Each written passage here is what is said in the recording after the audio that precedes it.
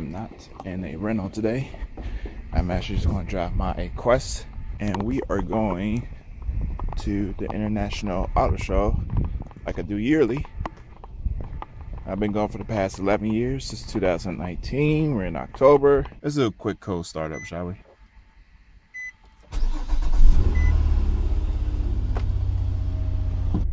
Tire pressure monitor system just flashing. Everything else is okay in my Quest. I am here. Let the camera zoom in, let it wake up, let the sun get to it. I'm at the new convention center, and I'm about to see what we have to test drive and what is inside the building. So let's get to it. So here we are at the Umbrian Street and 8th Avenue South. This is Nashville, Tennessee.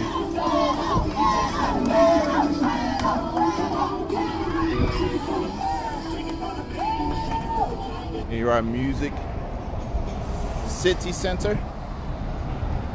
I need a stabilizer because this thing is just shaking. I apologize, guys. I'm not for sure what they're building down here. It used to be a parking garage, but here is Nashville 2019. Everything is being built up right now.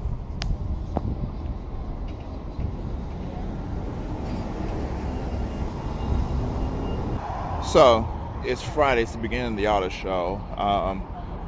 Last year, I can't remember all the automakers that were here, but this is Chevrolet setting up its tent over there. Always, as usual, Fiat, Dodge, Chrysler, Jeep, and Ram. It's always prepared and always ready. They're always the first ones, so I have so much respect for them.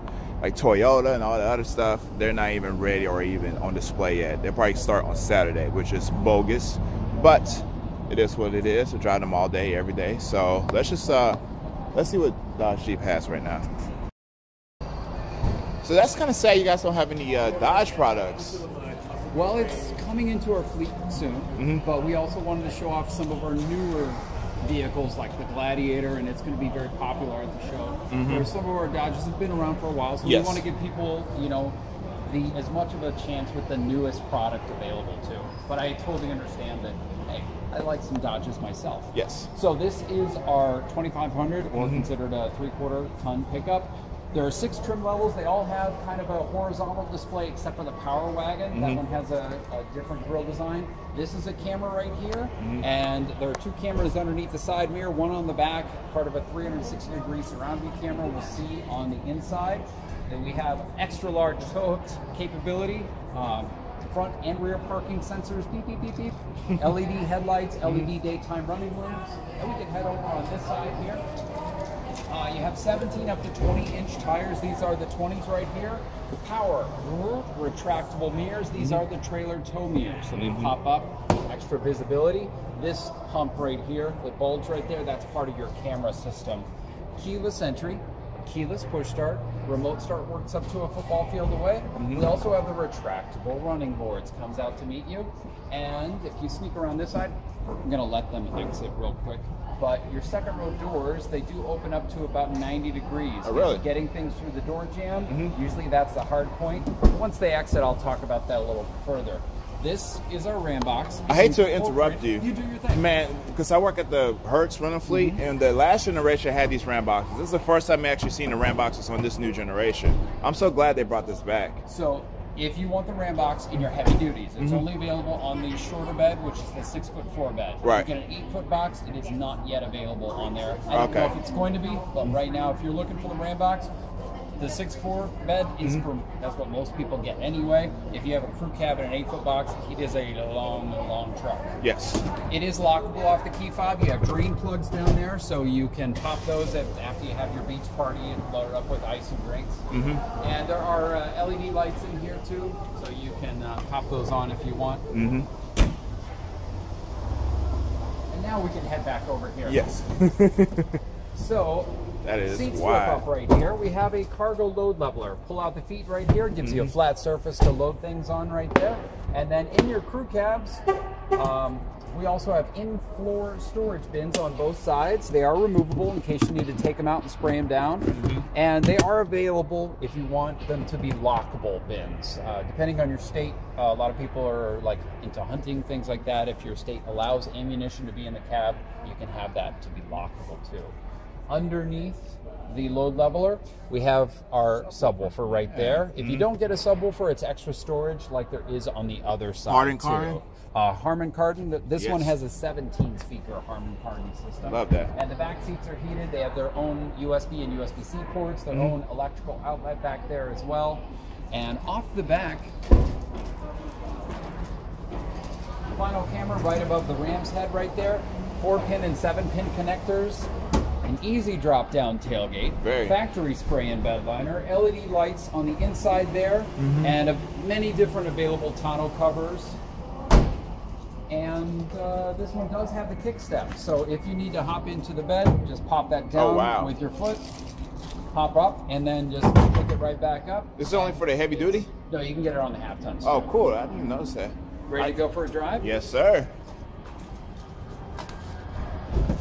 So seat controls are going to be in your outside leg, tilt steering wheel, adjustable pedals on the toggle switch right here. If you need to adjust the mirrors, they're over here. You can even adjust the kind of fisheye mirror on the outside by hitting this and then using the L and R. Cool. And this one will dial. I'll be right with you. Yes, sir. Man, as he's getting on the side, man, this is a very nice interior. I've never driven a large diesel like this. And this one actually has the column shifter as well. So if you get the Cummins diesel, that's the only way that you can still get a column shifter. All the other engine and transmission combinations are with the rotary shifter, which is the next generation. I'm a big fan of it. It's got a nice, like, solid click as you go through the gears. Have you worked with that at Hertz? Yes, sir. The new generation? Yes, sir. All right, your name is Paul? I am. Thank you so much, sir. Thank you. I'll check out more on this, hopefully inside. Would you like to test drive something else? I gotta go in, since it's on the vehicles you guys have, I'm gonna go inside, see what's up there. Did they let you know if you test drive a Fiat or a Pacifica, you get a $10 either Target or Starbucks gift card? So this year's car show, I'm not for sure what Chevy or Toyota or Ford or any other brand is coming to let you do test drives. I'm not for sure what they're gonna have for display. As usual, Fiat, Dodge, Chrysler, Jeep, and Ram. They're here Friday through Sunday. Others are just Saturday through Sunday, which I find kind of weird. But hey, nonetheless, it's kind of sad they don't have Dodge here this year, but kind of focus more on the Ram and Jeep and Fiat products. They do have a Chrysler Pacifica, no 300s, but yeah, I got to drive the turbo diesel, which is pretty cool. And so we get on with the rest of the car show. All right, so here's the auto show right here. Always welcome to Toyota. And you got the Supra again. This is my second time seeing it. And this squad just let everyone know it's a prototype and the vehicle is locked. But I could tell so many people are going to try to open it. This thing is actually beautiful in person. My goodness, it's beautiful. I care less as a BMW, but it's just freaking beautiful. The engine display is nice. This is a fantastic looking car. So let's just stay up with the Toyotas real quick. This is the XSE. I never seen with the black spoiler on here. Got the panoramic roof on it. And I did do a review on the Camry SE, but this is the XSE. Power seats don't work right now. They took off the volume knob, so obviously no one will take them. The same steering wheel as the SE I just drove. The gauges are different. They're in red. At least the needles are. The heads-up display looks slightly wider. The screen looks about the same. I think it's slightly wider as well. Bigger display. But obviously what's different is these color red seats.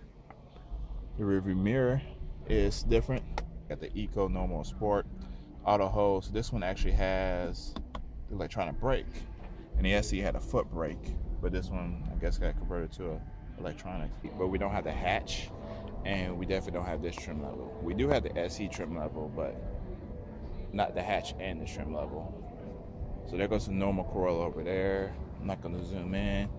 I hate when I get in these things, the power seats don't work, so I can't really sit in them that well. But on the normal Corolla, park to drive, and I got like a B mode or whatever it is. This is the manual. And I think this is a 6-speed. It's not a CVT like the normal Corolla. Got the power shifters. The gauge cluster is different from a base SE. You can't really see it. Nah, excuse me, this is the XSE, not the normal SE. That's why the gauge cluster is different. This is what? The Avalon Hybrid. This is my first time actually getting into the newer Avalons. I love the stitching on the, oh my goodness, that is beautiful.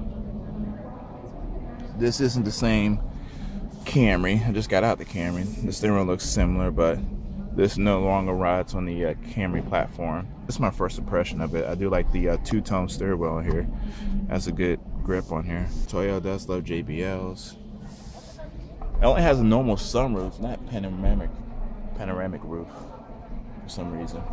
The controls got feedback to it, and I do like the power start button. But this is, of course, the hybrid. I'm pretty sure the normal one is slightly different. And this is my first time looking at the Toyota Camry TRD. Now, they got a little tape on here so I can't close the trunk. But it's the TRD package right here. It got a nice little spoiler on here. Dual exhaust down here at the bottom. The Camry starts at 24. This one, as total is this, well, if you can't really see, it's $32,254 at this package right here. So the power seats are on, thankfully. I'm not for sure if you can get it in the same trim level as the XSE, but this one just looks like a normal top of the line SE. You have the power shifters, the gauge clusters.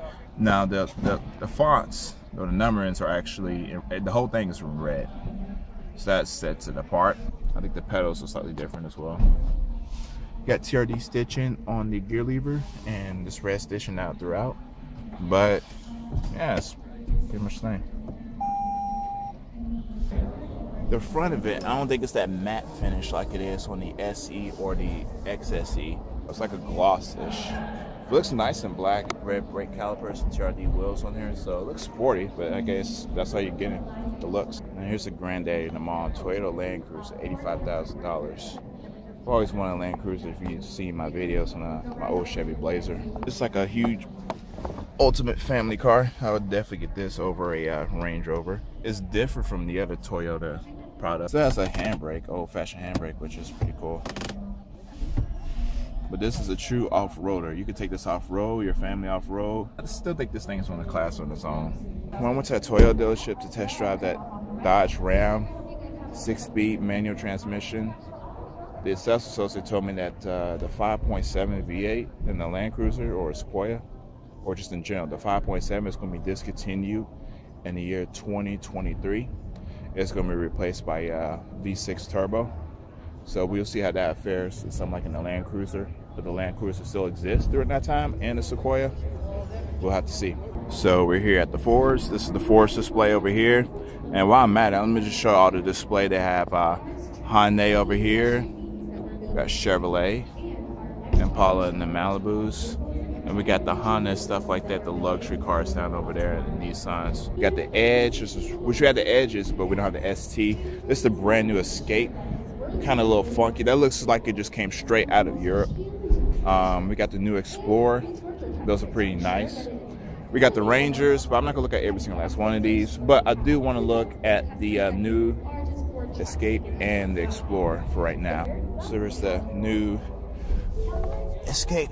Power seats are on, and I'm already disappointed because let me tell you, I hate, I think it's the Eco Sport or whatever it's called. It has the same gauges as that. This looks like it looks like it went back like technology wise. I just hate the gauge cluster. I mean, it will do because it's just a darn car. But anyways, steering wheel feels good. I mean, it's not like, you know, spectacular or anything.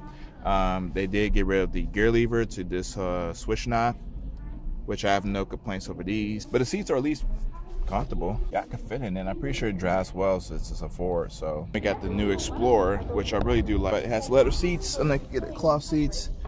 Ooh, it's got like a tablet type of thing in here.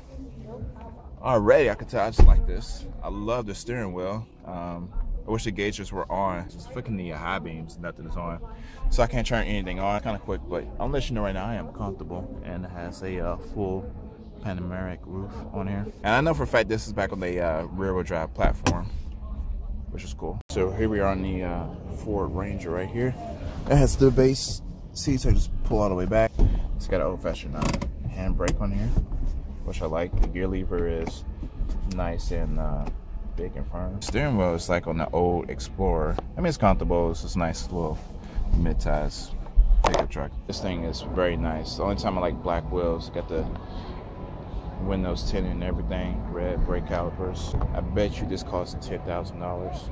It's locked, so I can't really full of it. It's like they tinted the windows on purpose. You guys can't see it on the camera. I'm not gonna bother, but it does have the you see the gear lever right there, got the switch knob. They say it's a prototype, so hey. And the styling these are not bad as well.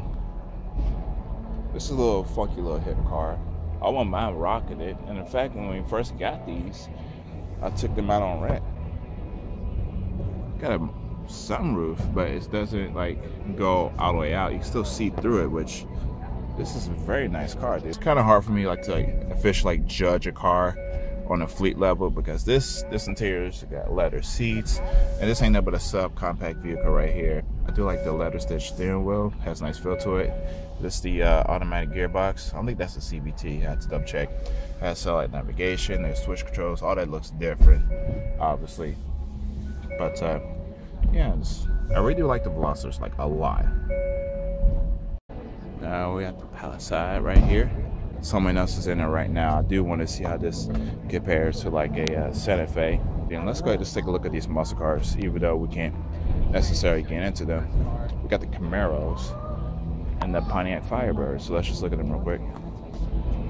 That's just I am like kind of illiterate when it comes to these type of muscle cars. I just know what they are, so I'll let them do the talking.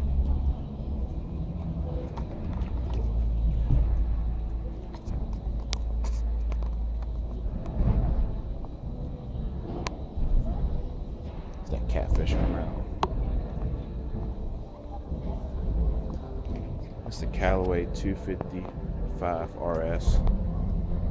No need to put coupe in it, because hey, this is supercharged. I think it's no. Callaway is always twin turbo. But I don't see anything. I think it's a supercharger.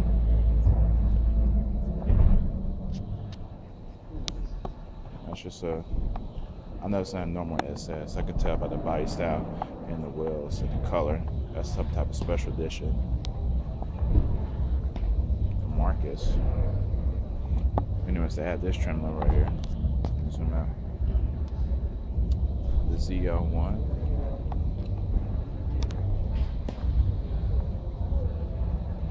Some very nice cars. Let's walk in the back of these real quick.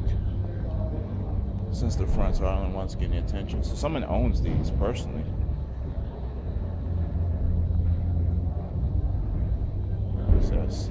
That's the previous generation. That's the newer generation. Let's have the lights. I do like the interior of that old Camaro. Let's see if I can zoom in and get it. Just a tad bit. I do like the steering wheel. That's really retro. If I can find that generation Camaro, that'd be nice. You got the Tiger Shark. That's what he has on the back. And on the license plate. But I'm kind of sprung off that Camaro, how retro that gauge cluster is. And so is this. It's like a 2002-ish Camaro. That's already antique. That's weird.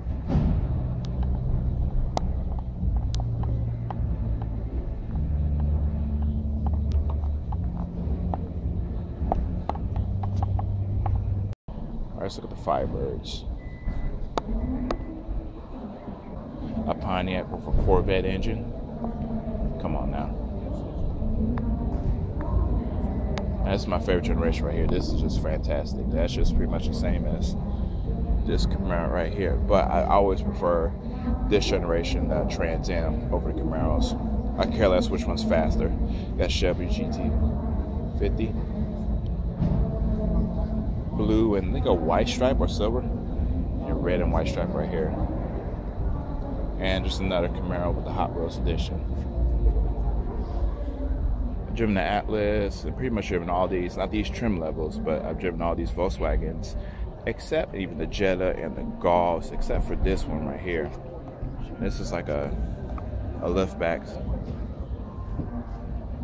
It's peerless doors. First thing I noticed, I kind of like cars, kind of a sucker for cars who had this. It's like a, I don't know, I'm a sucker for peerless doors. That was a CC, but it's not a CC. It's like the CC replacement. Pretty much the same in the other Volkswagen. I can't tell how the heads-up displays look on these top-of-the-line Volkswagen models because we just have the base. Things. pretty much the same.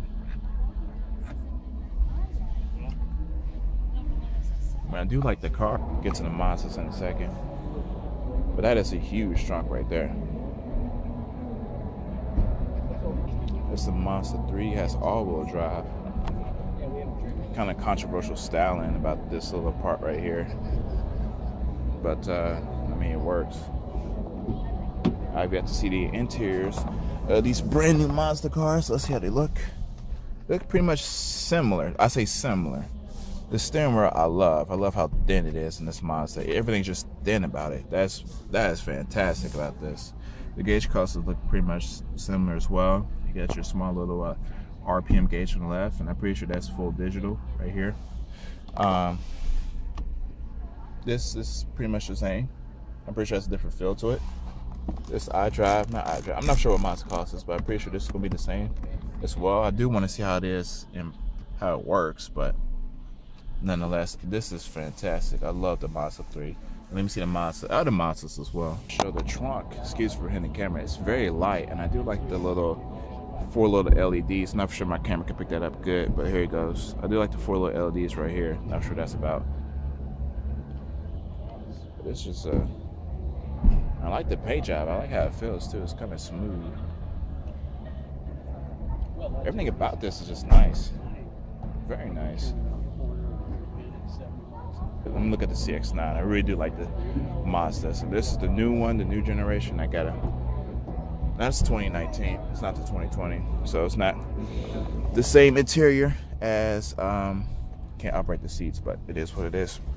It's like being the same. It's like the new generation Mazda. Got the old one, but it's 2019. I can't call it old. It's the current one, I would say. Steering wheel feels nice. I bet you tap start button. Everything about Mazdas are so underrated. My goodness, this is a fantastic interior. I really don't need to get in a little Honda SUV. I would take this. This is art. They say nothing but art, dude. I'm really not gonna review this car, but man, we have these in our fleet, and these seats are just atrocious, dude. These are trash. I was gonna say these seats are just freaking just garbage. That's all I want to say, because I don't have time. I bet you're not even going to review one ever, but I just want to say, like, the GMC Canyons and the Chevrolet Colorados, these seats are just complete trash. Now, I'm in the 2020 GMC Acadia, and this has a weird package I never heard of, but I think it's the AT4. That's what it said on the door, but nonetheless, this one has, like, the same terrain type of gear shifter. So this is GMC's little signature gear selector over here. But everything else is pretty much the same. But you know, I got plenty of leg room. I think this is one of the best leg rooms I've ever experienced in a SUV currently. And this is not even like a Tahoe. I really do like the Acadias. I hope they succeed. $47,000. It's not bad. I want to go ahead and go on the record saying this is the best subcompact SUV ever. The way this thing handles, I've driven the Honda Civic and the Honda Accord. But man, this is very fun, zippy little car. Very. If you're getting a manual transmission, if you like that type of stuff, what is this? The Honda HR-V. I'm not a huge fan of this gear lever. This one, I'm not sure if it's the exact same one or the previous generation, whichever one it was. This one, the HR-V and the CR-V, had promised the button would pop out, but this one does have power adjusted seats, so I can't really like fit in it that well. But let me tell you, this is a very fun SUV to drive. Battery life on my phone is kind of halfway, so I gotta kind of pick and choose which cars I can actually just get in and review. But I'm in the Civic Type R. This one has actually power adjusted seats versus like a normal manual adjustment, and I could fit in this car pretty well. It's not uncomfortable as it is the Honda Accord, like I reviewed before. But it's a comfortable car. The infotainment center is different versus the base one I showed you. It has the same knobs right here, but it has a bigger touchscreen and all that stuff. So I'm not gonna get into all that. It has navigation, and my phone's ringing. So I was wrong. I was not in the Type R. I was in the Sport. That's the Type R right there. Oh yeah, I made that huge mistake. They ain't know what's called.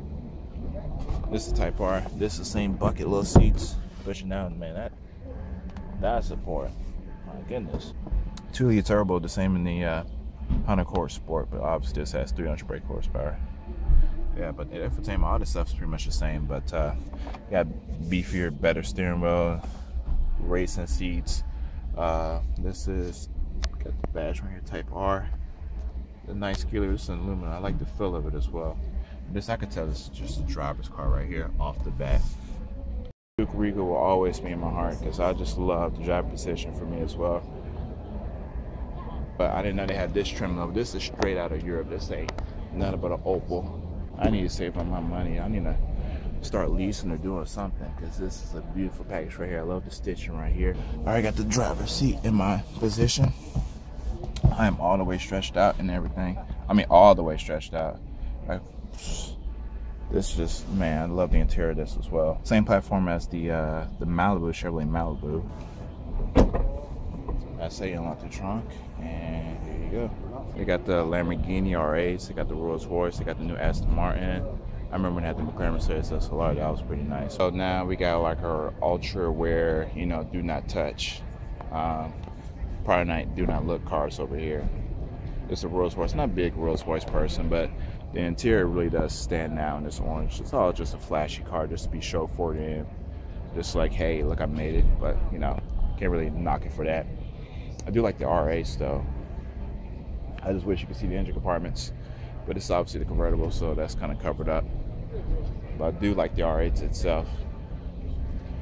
Get the blackout grille like this one, or you get this type of grille, and I think I'm digging this more, and the color as well. We have these colors like on the Chargers. I don't think you get the V8s of these anymore, but can't complain. What is this? This is a I believe it's a Huracan. Looks extremely small, my goodness. The Maseratis, Audis, McLarens, but I'm not that type of my type of cars are those Regals over there. I spent more time at the Buick section than anything over past time. What? Good job. And then you got the McLaren 610. I don't know what the hell these are. Okay, that's about McLaren's, honestly. But they do look nice. Excuse me.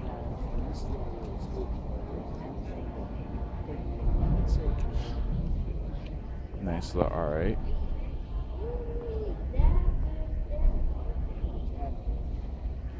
And this is the 488. I believe it's 620 turbo.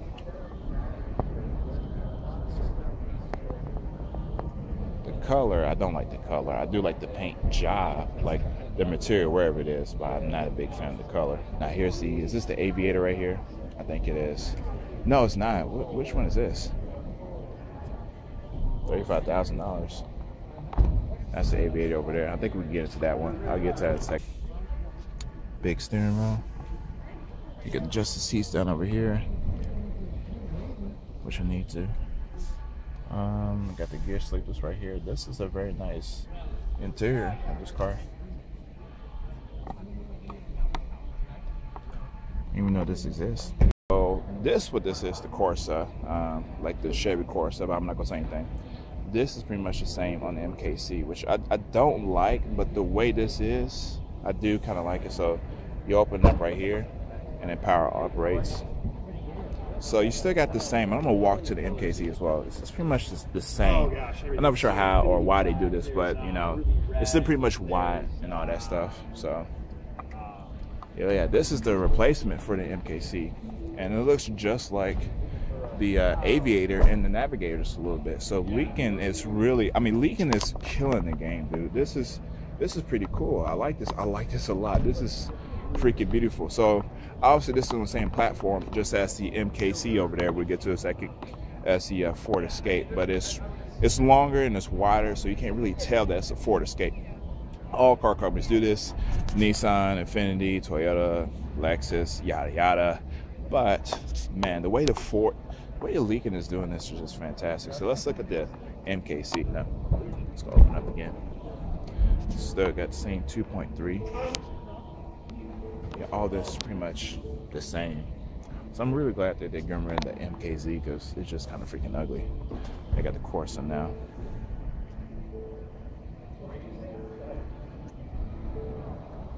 So this is going to be kind of it for my video because I don't want to overcook on the storage on my phone right now. I do want to just, you know, have it just in case I see something kind of rare and cool. This is the Nashville Auto Show. This is how it pretty much is every year. You got the test drives, but the test drives don't normally start like Saturday or Sunday. I won't be here this weekend. I'm actually going to be in LA, so keep a lookout for that. First one to record. This is where I'm defeated. My 6'9" self. I can't get in this car. I just can't get in it. The seat's already back. I can't get in it. I would love to drive it, but I just can't. Oh well. Fiat 124. A barf. The Ram Limited Turbo Diesel I just got through driving earlier today. It is a huge car. Someone's in it right now. And this one's like $81,000. This does have the Ram box like the other one did. Before I end this video, dude, look, I mean, 2020 Camaro, this is actually LT1 package. And it has a 6.2 V8, 10-speed automatic gearbox, $37,000. Standard price is $34,000. Not for sure that engine is an optional extra, but if you get the V8 with $34,000 in this package, that is a huge bargain. So the LT1 is like the base. It's not even an SS. SS has like a 200-mile-an-hour dash, but it's just this base LT trim with the big V8. You got the cloth seats. Everything looks base like you would in the 4-cylinder Camaro with the big 6.2, and I have no complaints over that. Even the cloth seats to me are comfortable enough. I can't adjust them right now. This is a huge bargain. If you get this for $34,000 for the V8, that is fantastic, dude. Power shifter. If it's quick like the SS, I could care less about the appearance in the back. It has pretty nice wheels. I'm not a huge fan of black wheels as well. It's not flamboyant, but it is, like I would say, a sleeper because you can't tell unless, you know, you get off on the red light. And it does have the blackout lights like the normal SS over here. I'll show you. But yeah, I mean, the lights are not blacked out. You don't have leather seats. It's the SS convertible, so I don't have to actually get in the vehicle and show you. It's got leather seats, got SS badge on the what's called.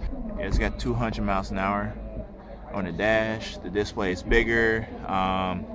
Switch controls, all that stuff the same. So it has heated and ventilated seats. I don't think that has heated seats as well, but you know, honestly, after driven this at work, I do like the SS. Alright, so that is pretty much it. I'm just going to close out this video. I got my bag full of goodies, got my Toyota bag and all other brochures and magazines in here I'm going to look at later. So here it was in the new convention center here in Nashville, Tennessee. I just hate the fact that on Fridays it's just only the Fiats, Dodge, Chrysler, Dodge, Ram, and all that other stuff. I prefer it to be all of them ready on a Friday. Because you never know, some people just may have some stuff to do, but nonetheless, it was a cool experience. Got to drive the Ram 2500 diesel. Some cars that blew me away was that Toyota, I can't see right here, was that Toyota Supra, the Mazda 3, and what else? Pretty much some other cool cars as well. I like that LT1 Camaro. That's how the Nashville Auto Show is. It's not big, it's not spectacular, it's not like a huge one like per se LA and stuff like that, but I mean, it's pretty cool show nonetheless. I come here every year. This is like my 11th year as well, I believe. That's it for my Nashville International Auto Show, and I'm going to LA. Need to charge up this phone, download all these videos before I head out again.